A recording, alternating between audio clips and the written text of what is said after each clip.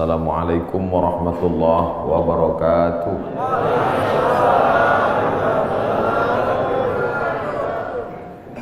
Alhamdulillahilladzi ahyana ba'da ma amatana wa ilaihin nusyur. Wassalatu wassalamu ala asyrafil anbiya wal mursalin sayyidina wa maulana Muhammadin wa ala alihi wa sahbihi wa man tabi'ahu ila yaumiddin. Yang sama-sama kita hormati Bapak Jenderal Manajer PT Antam beserta seluruh keluarga besar PT Antam, bapak-bapak, ibu-ibu, hadirin hadirat, tak dapat saya sebut satu persatu. Insya Allah semua jamaah fardu subuh ini dimuliakan Allah Subhanahu wa Ta'ala. Amin ya rabbal alamin.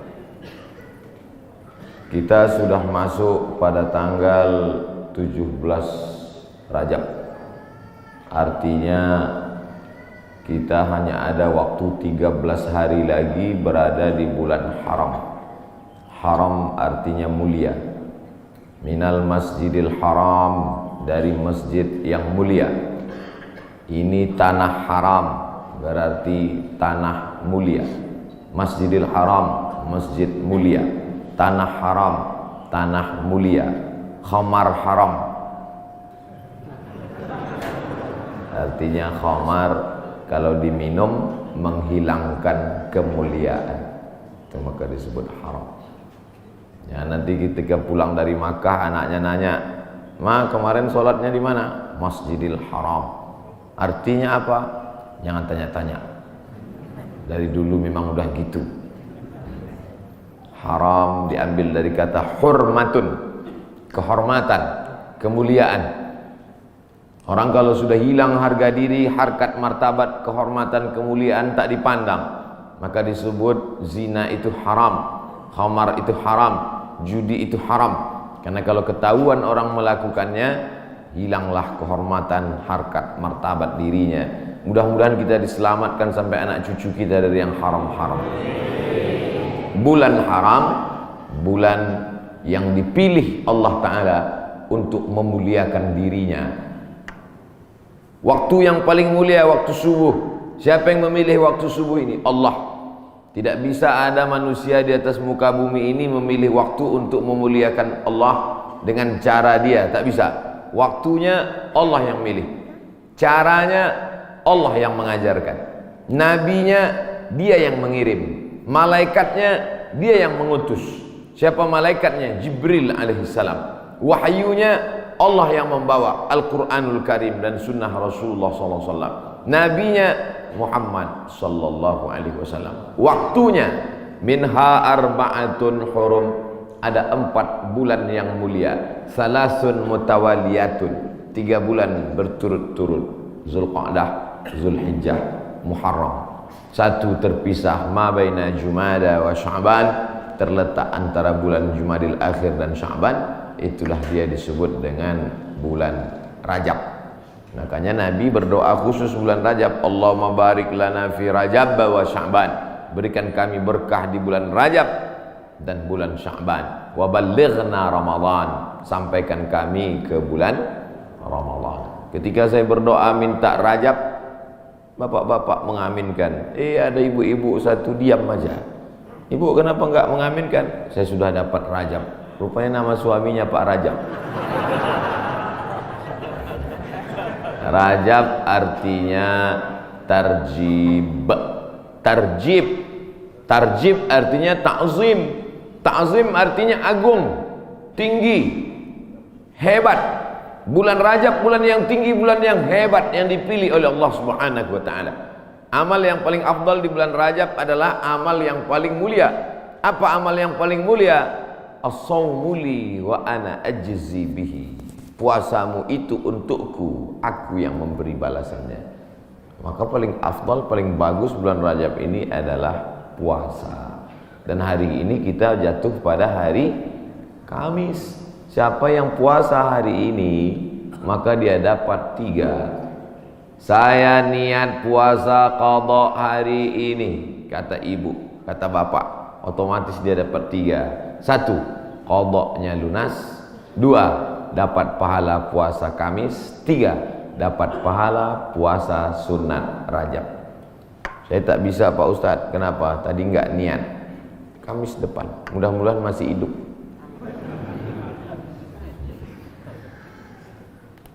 Kenapa Ustadz cerita qadha di bulan Rajab? Karena yang kemarin mau diqadha Ramadan tahun lalu belum jadi mengqadha. Faman kana minkum maridan, siapa yang sakit, au ala safarin, atau musafir, fa iddatum min ayyamin ukhar, ganti di hari yang lain. Ramadan kemarin ada tinggal puasanya, ketika mau diganti di bulan Syawal tidak jadi. Pernah pas mau diganti tidak jadi. Kenapa? Kue hari raya nggak habis-habis. Mau diganti di bulan Zulqa'dah tak sempat. Di bulan Zulhijjah mau diganti, daging kurban tak habis-habis. Kaki sapi 1 ekor dalam freezer. Akhirnya inilah kesempatan paling hebat kalau mau mengganti puasa.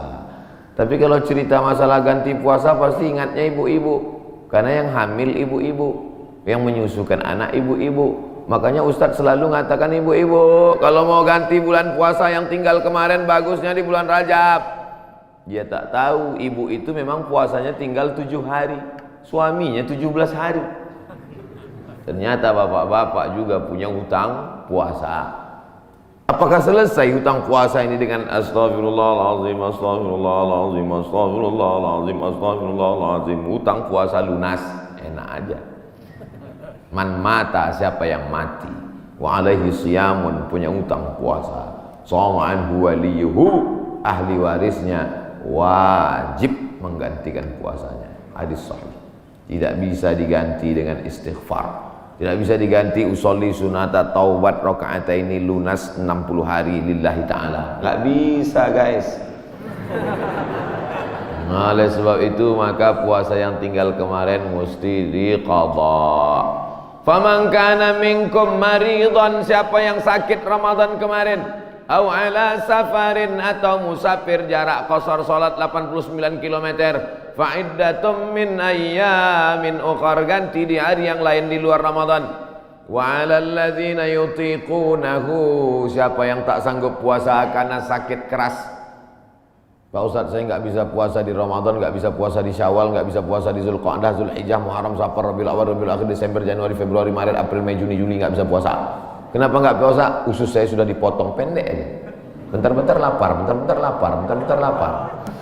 Sampai mati nggak bisa, atau kena penyakit mah akut, atau kena diabetes mellitus akut, atau kena jantung akut, atau apapun sebabnya, atau kena tua renta 70-80 nggak bisa puasa, fa'iddatu min ayamin ukhar, bagi yang musafir dan sakit. Tapi bagi yang nggak sanggup sampai mati, fidyatun ta'amu miskin, bayar fidyah makan 1 hari fakir miskin.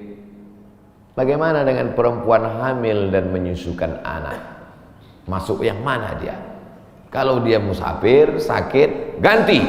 Kalau sakit keras, tua renta, bayar fidyah. Perempuan yang hamil dan menyusukan anak tidak disebut dalam ayat ini, maka ulama berijtihad, lain kepala, lain isinya. Rambut sama hitam, isinya macam-macam. Perempuan yang hamil dan menyusukan anak, 3 mazhab ulama. Mazhab yang pertama, menurut Imam Abu Hanifah, mazhab Hanafi, hanya mengqadha saja. Jadi kalau ada ustadz mengatakan ibu-ibu yang hamil menyusukan anak tinggal puasanya qadha saja, itu berarti mazhab Hanafi. Sedangkan mazhab Abdullah bin Abbas mengatakan bayar fidyah saja. Ibu pilih yang mana? Mau qadha aja atau bayar fidyah? Saya qadha aja Pak Ustadz. Saya kalau keluar duit nih malas. Ibu pilih mana? Saya nggak tahan lapar Pak Ustadz. Mau bawanya mau ngemil ngunyah aja. Jadi saya bayar aja. Yang mau qadha saja mazhab Hanafi. Yang bayar fidyah saja pendapat Abdullah bin Abbas. Mazhab Syafi'i yang mana? Mazhab Syafi'i lihat dulu dia tak puasa karena apa. Kalau dia tidak puasa karena dirinya, karena lemah, karena tak mampu, qadha saja. Tapi kalau ada unsur anaknya, kenapa ibu tak puasa? janin saya lemah, sudah diperiksa USG oleh SPOG, spesialis obgyn kandungan. Katanya janin lemah, ibunya sehat tapi janinnya lemah. Maka kalau sebab anaknya dia tidak puasa, maka dia kena 2 double, bayar fidyah dan puasa qadha. Laki-laki mesti tahu. Saya untuk apa tahu? Saya kan nggak hamil dan menyusui, istrimu hamil dan menyusui. Itulah untungnya ibu-ibu yang suaminya pengajian. Pulang dia dari sini nanti diingatkannya, ibu, nanti hari Senin kau puasa. Tapi kalau suaminya Fir'aun, ibu sedang puasa pun disuruhnya buka puasa. Apa itu puasa? Bapak ibu yang dimuliakan Allah, ar-rijalu qawwamuna 'alan nisa. Berapa banyak puasa ibu, maka suami ikut bertanggung jawab. Kenapa? Karena istrinya itu tidak puasa gara-gara suaminya. Coba kalau kau tengok saja istrimu itu. Oleh sebab itu maka tanggung jawab luar biasa di hadapan Allah Subhanahu wa taala. Itulah maka saya sampaikan subuh ini tentang pentingnya mengganti puasa di bulan Rajab. Karena ini salah satu kemuliaan, dapat double 2 pahala yang diberikan Allah Subhanahu wa taala. Masih ada kesempatan 13 hari lagi. Kalau mau diqadha pakai puasa Nabi Daud, bagus. Yasumu yauman wa yuftiru yauman. Puasa ini bagus karena saluran darah kita ini mampet. Saluran darah ini sama seperti saluran air. Karena di dalamnya banyak lemak-lemak, banyak kolesterol, akhirnya tersumbat. Coba hidupkan keran air kencang, tapi pipanya digulung. Kerannya kencang, pipanya digulung. Apa yang terjadi? Pam! Pecah pembuluh darah. Oleh sebab itu salurannya mesti bersih. Bagaimana membersihkan saluran air? Ada serbuk yang menghilangkan minyak-minyak. Bagaimana cara membersihkan saluran darah? Maka bakteri-bakteri, kuman-kuman, penyakit-penyakit, kolesterol bisa habis bersih. Kenapa? Diri memakan diri sendiri dengan menahan makan minum selama dari pagi sampai petang. Makanya orang kalau cek darah dia nggak boleh makan minum. Saya dulu ketika cek dari ujung rambut sampai ke ujung kaki, Ustaz Somad besok medical check up, datang jam 10 pagi ke rumah sakit. Baik Pak Dokter, tapi syarat darahnya harus bersih. Gimana cara membersihkan darah Pak Dokter? Dari pagi sampai cek darah jangan makan berat. Jangan sampai masuk nasi uduk, ayam penyet, ayam patah, ayam mati, ayam supaya darahnya bersih. Baru saya paham, rupanya membersihkan darah dengan tidak memasukkan makanan. Tapi itu bonus dari Allah. Dengan banyak puasa tubuh sehat, dengan banyak puasa badan sehat, dengan banyak puasa tidak ada kolesterol darah tinggi, diabetes mellitus dan kawan-kawannya. Dengan banyak puasa, banyak perempuan-perempuan sekarang rajin puasa, niatnya bukan lillahi ta'ala, diet ta'ala. Itu diet, itu bonusnya, hadiah dari Allah Subhanahu wa taala. Tetapnya niatnya tetap nawaitu shauma qadha'in, saya berniat besok puasa qadha lillahi ta'ala. Adik-adik mahasiswa, mahasiswi bagus banyak puasa, hemat belanja. Bagus puasa. Wa antasumu khairul lakum, dengan banyak puasa itu lebih baik bagimu. Begitu kata Allah Subhanahu wa taala. Habis bulan Rajab, saya nggak bisa puasa Pak Ustaz. Kenapa kau tak bisa puasa? Dokter ngasih tahu Bapak jangan puasa. Kalau puasa mati. Jangan puasa. Ngadu si bapak ke ibu, Bu, tadi dokter ngasih tahu saya nggak boleh puasa. Kenapa Bang? Karena kalau puasa mati. Abang mati aja lah. Tak boleh pilih mati. Kalau pilih dua, antara sakit atau mati, tidak boleh pilih mati. La tulqu bi aidikum ila tahlukah. La tulqu bi aidikum ila tahlukah. Jangan jerumuskan dirimu ke dalam kebinasaan. Maka jangan memilih mati daripada puasa. Kita diberi keringanan oleh agama Islam. Saya mau mengisi bulan ini Pak Ustadz, tapi puasa nggak sanggup. Banyak-banyak sholat sunat. Sholat sunat wudhu. Usolli sunnatal wudhu raka'ataini lillahi ta'ala. Bilal, sini. Ada apa ya Rasulullah? Sami'tu dafana alaika baina yadayya fil jannah. ku dengar suara gesekan sendalmu dalam surga. Bilal, kedengaran suara sendalnya dalam surga. Kresek, kresek, kresek, kresek, kresek. Sendal kalau digesekkan ke tanah berbunyi kresek, kresek. Apalagi sendal baru. Bilal, aku dengar suara gesekan sendalmu dalam surga. Apa amalmu Bilal? Kata Bilal, aku tidak pernah meninggalkan salat sunat wudu. Habis wudu, salat sunat wudu 2 rakaat. Bagi yang biasa pakai usolli sunnatal wudu. Bagi yang tidak pakai usolli, dalam hati saja. Allahu Akbar. Niatnya sah dalam hati. Saya termasuk yang tidak mewajibkan melafazkan niat. Tapi bagi yang melafazkan jangan sampai dibid'ahkan, disalahkan. Karena niat itu letaknya di hati, cuman hati kita kadang bimbang, goyang, ragu. Untuk menguatkan hati maka diucapkan di mulut. Tiba-tiba masuk masjid, Allahu Akbar. Dalam hati ragu, ini tahiyatul masjid apa qobliyah? Ragu dia, ini tahiyatul masjid apa qobliyah? Niat tidak bisa setelah takbiratul ihram. Niat itu sebelum takbiratul ihram atau dalam takbiratul ihram. Pilih antara dua. Oleh sebab itu maka untuk menguatkan apa yang dalam hati, saya salat qobliyah subuh, usolli sunnatas subhi rak'ataini qabliyatan lillahi ta'ala. Saya tadi masuk sudah azan. Waktu hanya cukup 2 rakaat. Pilih mana? Kalau cepat datangnya tahiyatul masjid dulu. Setelah tahiyatul masjid baru qabliyah. Tapi kalau datangnya lambat, qabliyah. Karena kalau tahiyatul masjid nggak dapat qabliyah. Tapi kalau qabliyah automatically dapat tahiyatul masjid. Tapi jangan gara-gara ini lambat terus datangnya. Nah, Ustaz Somad pandai ceramah aja nyuruh cepat datang. Ustaz sendiri lambat datang, sengaja lambat. Karena kalau cepat banyak yang minta foto. Nah, oleh sebab itu yang paling afdal adalah cepat-cepat datang ke masjid. Allahumma ftahli abwaaba rahmatik. Bukakan untukku pintu rahmatmu.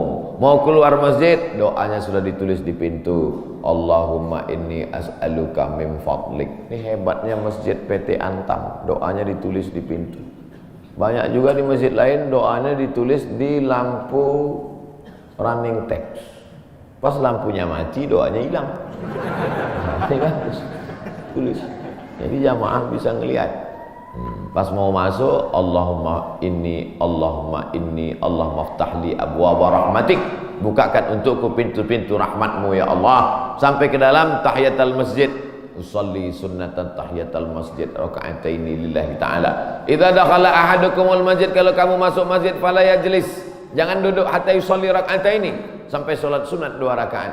Tahiyatul masjid, qabliyah, ba'diyah, salat sunat wudu, salat sunat doa, salat sunat isyraq, salat sunat awabin, salat sunat tasbih. Perbanyak salat sunat. Saya semua udah Pak Ustaz. Apa yang belum? Salat sunat mutlak. Ada salat sunat yang terikat waktu, doa.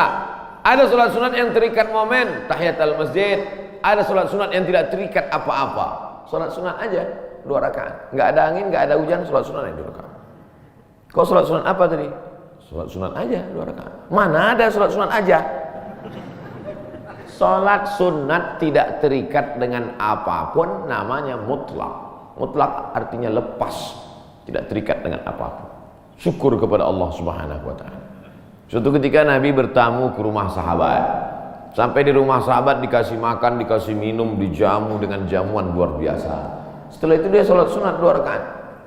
Salat sunat apa namanya? Kan nggak mungkin usolli sunnatan 2 rakaat karena sudah dikasih makan enak lillahi ta'ala. Nggak ada. Makanya kita kadang salat sunat aja 2 rakaat sebagai ungkapan syukur kepada Allah. Cara bersyukur subhanallah, betul. Cara bersyukur berzikir banyak selawat, betul. Tapi syukur yang paling bagus adalah dengan salat. Salat sunat aja 2 rakaat. Aku salat sunat 2 rakaat karena bersyukur kepada Engkau atas nikmat yang begitu hebat, yang begitu banyak. Abang tadi salat sunat? Iya, salat sunat apa? Syukur. Hari ini kau enggak? Lauknya enggak enak. Oh, enggak bisa begitu. Nikmat ini bukan cuma makanan enak, hidup nyaman juga nikmat. Tinggal di komplek ada masjidnya juga nikmat. tinggal di lingkungan yang mengingatkan kita kepada Allah. Berapa banyak orang kerjanya mantap tapi sholat nggak bisa. SMS ke saya, meleleh air mata baca SMS-nya. Ustaz Somad, apa hukumnya sholat di WC? Hah? Ente mau ngetes saya apa gimana nih? WC kan najis, tempat setan, kotor. Menyebut nama Allah aja nggak boleh. Allahumma inni a'udzubika minal khubusi wal khaba'is. Mau masuk WC, ya Allah lindungi aku dari setan jantan dan setan betina. Setan jantan di sana, setan betina di sana. Ketemunya di mana? Di WC. Dia bilang apa hukumnya sholat di WC? Saya sangka mau ngetes saya. Ternyata memang betul. Dia kerja di luar negeri. Supervisor pengawasnya tidak mengizinkan permisi sholat. Akhirnya dia masuk ke WC yang agak lapang. Dia bentang kain, sholat dia di dalam. Hanya untuk mencari makan, Bapak, Ibu. Luar biasa nikmat. Bisa kerja di Pomalaa. Betul?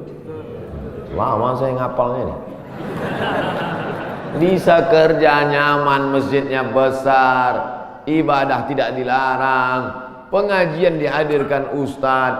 Inilah nikmat yang paling besar. Fabi ayyi ala'i rabbikuma tukadziban. Nikmat apa lagi yang kau dustakan? Keluar dari komplek pemandangannya indah, memandang ke tepi jalan, lautan terhampar. Kata orang, saya nggak ngeliat tadi malam gelap. Kurang apa lagi, nikmatnya besar. Ikannya segar-segar, mantap-mantap, duriannya enak. Kau tahu Ustaz tadi malam makan durian.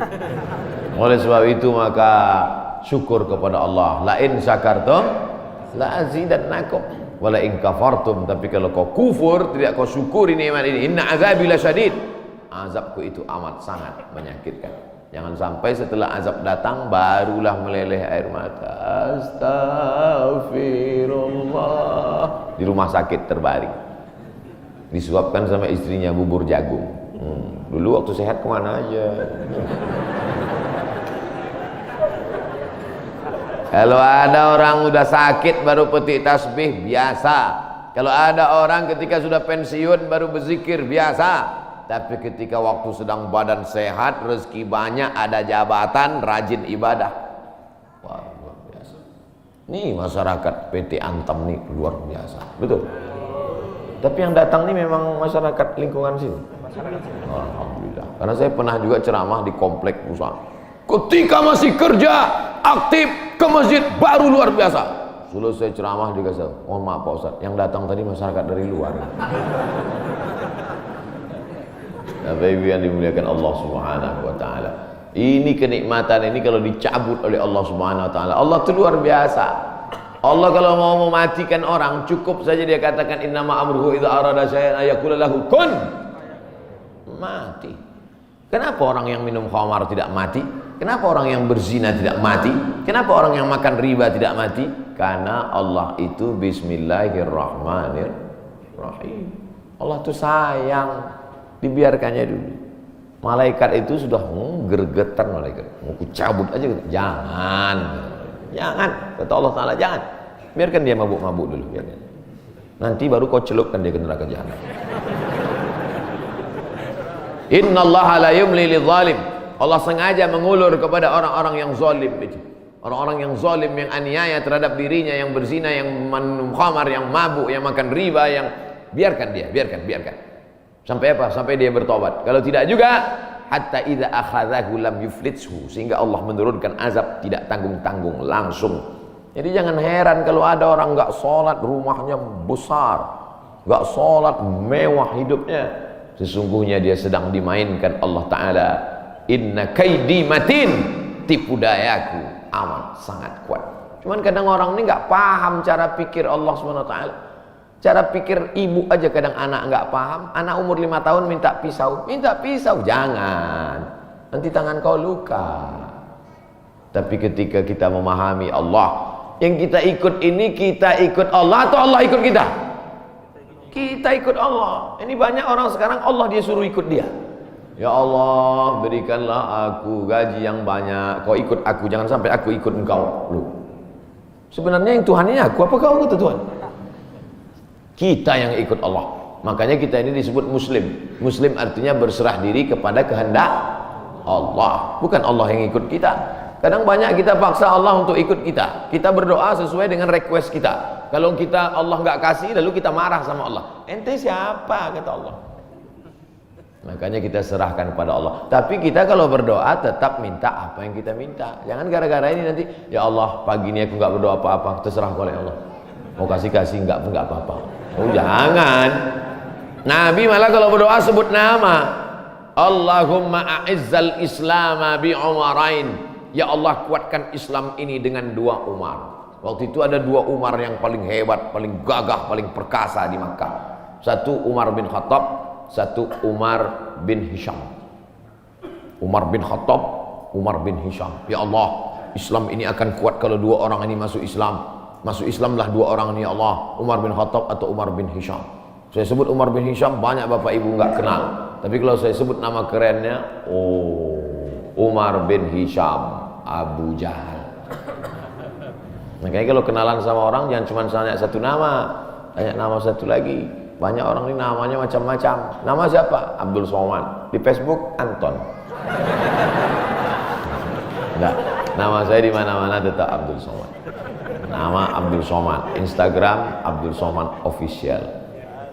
Cuman mau ngasih tahu aja supaya di follow. Bapak Ibu yang dimuliakan Allah Subhanahu wa taala. Jadi kalau masih bisa sehat, beribadahlah. Karena sampai masanya nanti udah sakit nggak bisa beribadah. Parahnya lagi, sudah sakit pun nggak ke masjid juga.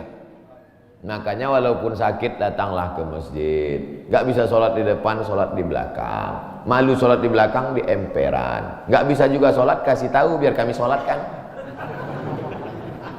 Jangan segan-segan. Bapak Ibu yang dimuliakan Allah Subhanahu wa taala, saya Pak Ustadz nggak bisa puasa, sholat sunat pun nggak bisa Pak Ustadz. Baca Quran, duduk, nggak bisa tegak, nggak bisa rukuk, nggak bisa sujud, buka Quran. Bismillahirrahmanirrahim.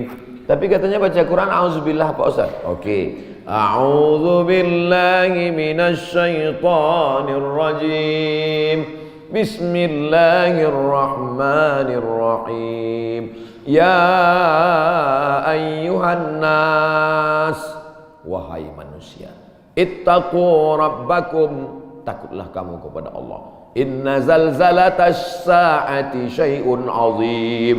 Sesungguhnya bumi akan bergoncang dan hari itu kiamat terjadi, azabnya amat sangat kuat. Membaca itu ketakutan, langsung pulang ke rumah sedekah. Berapa? 500 perak. Jadilah daripada sebelumnya hatinya tertutup. Itulah orang-orang ketika dibacakan ayat kepadanya, zadathum imana, bertambah imannya. Surat Al-Hajj. Apa ayat yang kau lihat? Sesungguhnya saat itu Allah sedang menegur engkau. Wa taran nasa sukara, kau lihat manusia waktu itu seperti mabuk. Wa mahum bisukara, mereka bukan mabuk. Jalan sempoyongan mau tumbang di atas bumi, mereka mabuk? Bukan. Kenapa mereka tidak mabuk? Walakinna adzaballahi syadid. Tapi saat itu azab Allah amat sangat menyakitkan. Sempoyongan jalan macam zombie. Kenapa? Karena kerak bumi waktu itu tercabut. Kita sekarang kan bisa tenang ini karena kerak bumi ini bisa normal. Kerak bumi ini ada pakunya. Sampai masanya pakunya itu copot. Apa pakunya?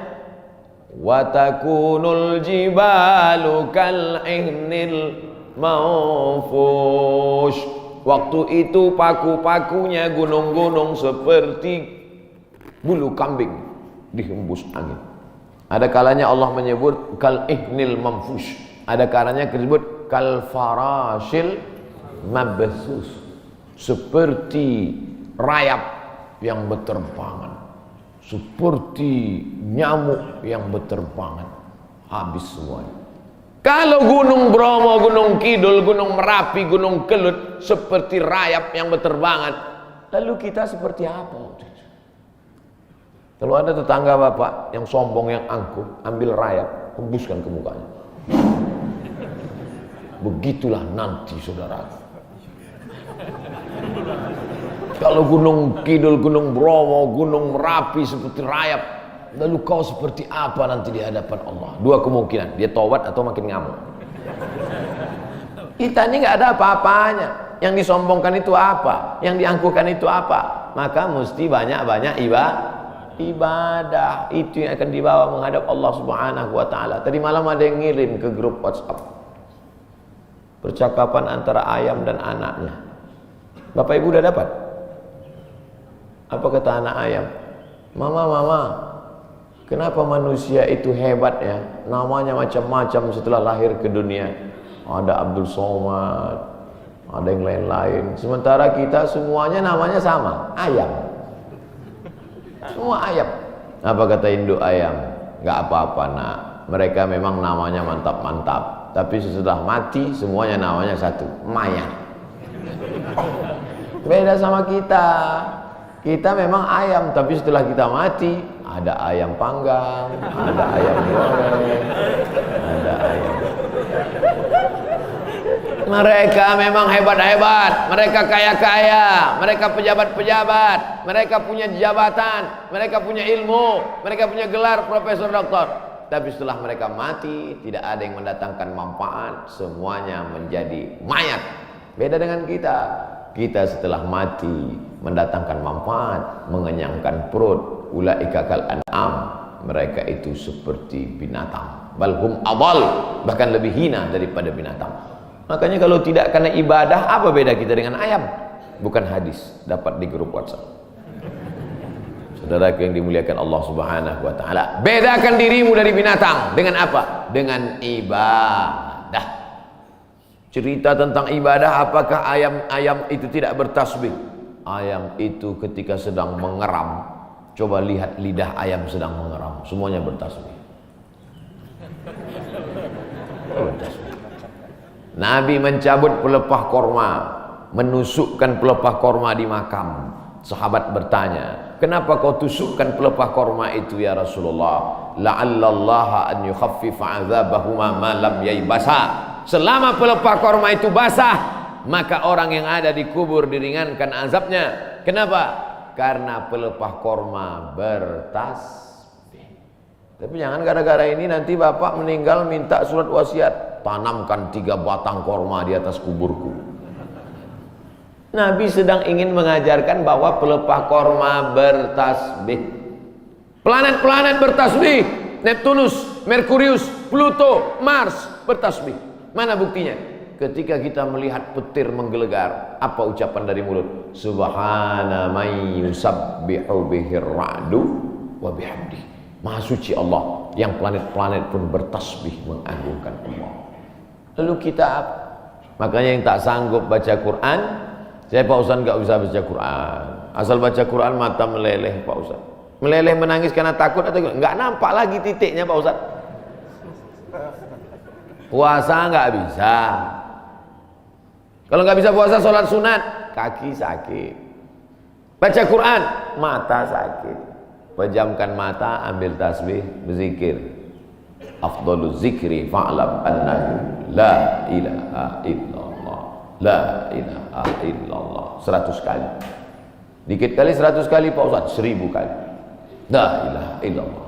Baca sholawat, istighfar 1000 kali. Sholawat 1000 kali. La ilaha illallah 1000 kali. Isi hari-hari bulan Rajab ini dengan kemuliaan. Belum tentu bulan Rajab tahun depan kita masih hidup. Saya insya Allah hidup, Bapak Ibu nggak tahu. Yakin sekali Ustaz Somad ini. Mati jangan dicari, tapi kalau dia datang kita tidak akan bisa lari. Ainama takunu yudrikumul maut. Dimanapun kau berada, mati akan datang menghampirimu. Walau kuntum fi burujim musyayyadah, walaupun kau berada di dalam tembok yang sangat kokoh. Dulu orang Arab kafir musyrik dibuatnya tembok, masuk dia ke dalam, sembunyi. Oh, pertanyaan, saya sangka surat kematian. Kita akan dituntut di hadapan Allah Subhanahu wa taala. Begitulah Allah.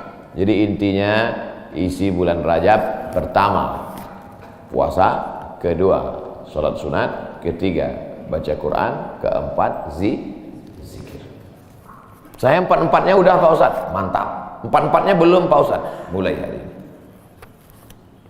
Puasa sunat niatnya boleh setelah sholat subuh. Pulang dari sini sampai rumah, lihat lemari makan, nggak ada makanan, puasa sunat. Tapi dengan syarat dari azan subuh tadi nggak masuk apa-apa. Jangan sampai udah 3 batang masuk. Puasa sunat nggak bisa. Batal.